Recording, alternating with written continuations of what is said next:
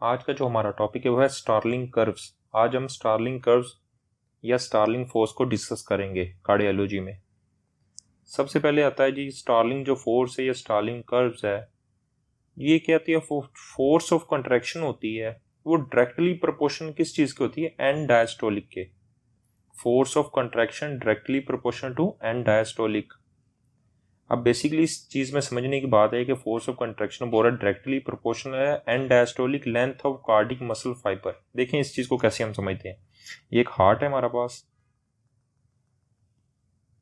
ये क्या हमारे पास हार्ट के अंदर and diastolic volume. And diastolic volume कौन सा वॉल्यूम होता है? ऐसा वॉल्यूम जो होता है ब्लड के अंदर मौजूद होता है, जो हार्ट की कंट्रैक्शन से पहले जो वॉल्यूम मौजूद होता है हार्ट के अंदर, उसको क्या बोलते हैं? And diastolic volume.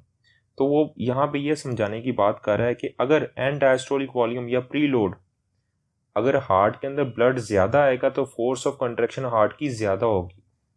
अगर फॉर एग्जांपल हार्ट के अंदर ब्लड ज़्यादा आ रहा है तो जो हार्ट के मसल्स हैं, जिसे हम क्या बोलते हैं? कार्डिक मसल के जो फाइबर हैं, वो क्या करेंगे? उनकी लेंथ इंक्रीज हो जाएगी। मैंने ये कहा है कि हार्ट के अंदर ब्लड ज़्यादा होता है, प्रीलोड या एंड डायस्टोलिक वॉल्यूम ज़्यादा आता है, तो क्या होगा? जो हार्ट के जो मसल्स हैं वो क्या करेंगे? उनकी जो लेंथ है मसल फाइबर की वो इंक्रीज हो जाएगी। अब उनकी लेंथ इंक्रीज होने की वजह से जो हार्ट की कॉन्ट्रैक्शन है वो क्या होगी? वो इंक्रीज हो जाएगी।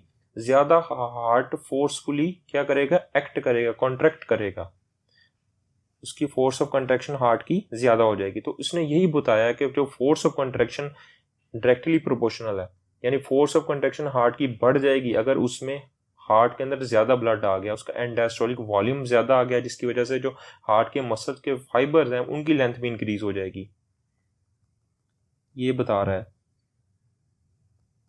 सेकंड देखें, वो कहता है हार्ट की कॉन्ट्रैक्टिलिटी, यानी हार्ट की कॉन्ट्रैक्शन किन किन चीज़ों से, कौन कौन से फैक्टर हैं इंक्रीज करती हैं।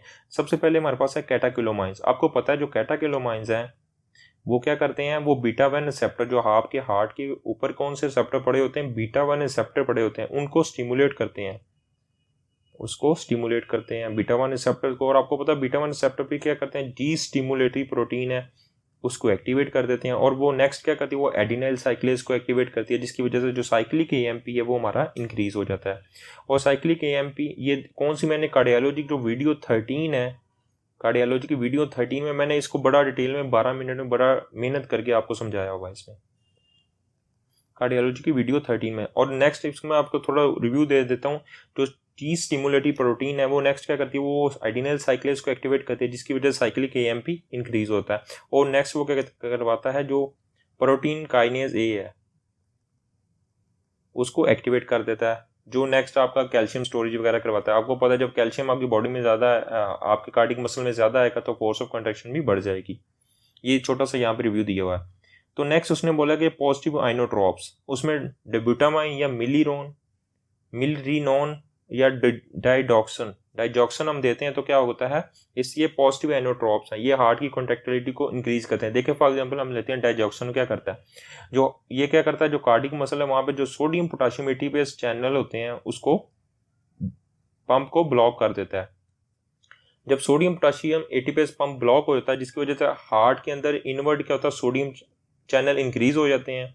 अब सोडियम इंक्रीज होता है जिसकी वजह नेक्स्ट जो सोडियम और कैल्शियम एक्सचेंजर है उसको भी ब्लॉक कर देता है, और जिसकी वजह से कैल्शियम है वो भी क्या होगा? वो कार्डिक मसल में इंक्रीज हो जाता है, जिसकी वजह से हार्ट की कॉन्ट्रैक्टिलिटी इंक्रीज हो जाती है। जब आपको पता है अगर कैल्शियम बॉडी में ज़्यादा, कार्डिक मसल में ज़्यादा है तो उसकी फोर्स ऑफ कंट्रैक्शन भी ज़्यादा होती है।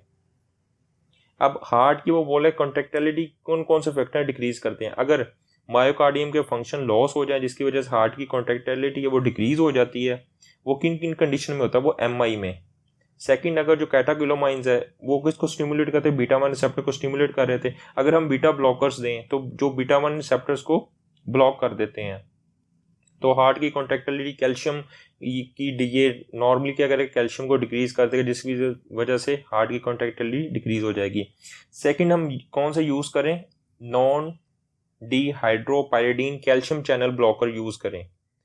वो क्या डायरेक्ट ही हम कैल्शियम को ब्लॉक कर दें तो क्या कि हार्ट की कॉन्ट्रैक्टिलिटी डिक्रीज हो जाएगी। और नेक्स्ट क्या होगा? हार्ट फेलियर में हार्ट की कॉन्ट्रैक्टिलिटी डिक्रीज हो जाती है।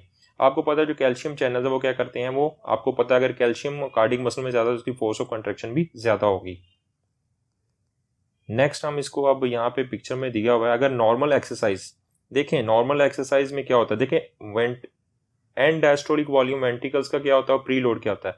इसको मैं आपको लिख के भी बता देता हूँ कि ऐसा वॉल्यूम जो ब्लड के अंदर हार्ट के अंदर मौजूद होता है, ऐसा वॉल्यूम जो हार्ट के अंदर मौजूद होता है उसकी कॉन्ट्रैक्शन स्टार्ट होने से पहले, बिफोर हार्ट की कॉन्ट्रैक्शन होने से पहले जो वॉल्यूम मौजूद होता है उसे क्या बोलते हैं, एंड डायस्टोलिक वॉल्यूम या प्री लोड। सेकेंड हमारे पास क्या है, स्ट्रोक वॉल्यूम क्या होता है, ऐसा वॉल्यूम जो इजेक्ट होता है from ventricles on each beat, उसे क्या बोलते हैं, स्ट्रोक वॉल्यूम। नॉर्मल एक्सरसाइज में क्या होता है आपकी नॉर्मल एक्सरसाइज में फोर्स ऑफ कंट्रैक्शन ज्यादा हो जाती है, आपको पता है जब फोर्स ऑफ कंट्रैक्शन ज्यादा होगी तो क्या होगा, आपका स्ट्रोक वॉल्यूम भी ज्यादा हो जाएगा। अब हार्ट फेलियर में क्या होता है, हार्ट फेलियर में हम कौन सी ड्रग यूज करते हैं, डाइजॉक्सन। आपको मैंने बताया डाइजॉक्सन बेसिकली क्या करती है, सोडियम पोटाशियम जो एटीपीएस चैनल है उनको ब्लॉक करती है, जिसकी वजह से इनवर्ट जो सोडियम इंक्रीज होता है और फोर्स ऑफ कंट्रैक्शन भी इंक्रीज हो जाती है। ये बेसिकली हम कौन से हार्ट फेलियर में डाइजॉक्सन देते हैं जो पॉजिटिव आइनोट्रॉप्स होते हैं। और नॉर्मली हार्ट फेलियर में होता क्या है, अगर हार्ट फेलियर चल रहा है तो उसमें क्या होगा, जिसमें कॉन्ट्रैक्टिलिटी हार्ट की डिक्रीज होती है, तो बेसिकली हार्ट की फोर्स ऑफ कंट्रैक्शन डिक्रीज हो जाती है, जिसकी वजह से उसकी स्ट्रोक वॉल्यूम भी डिक्रीज हो जाता है। अगर हार्ट ज़्यादा कॉन्ट्रैक्ट ही नहीं कर पाएगा तो वो स्ट्रोक वॉल्यूम जो ओर्टा में फेंक पाएगा उस फोर्स से नहीं फेंक पाएगा, जिसकी वजह से उसकी स्ट्रोक वॉल्यूम हार्ट फेलियर में कम हो जाता है।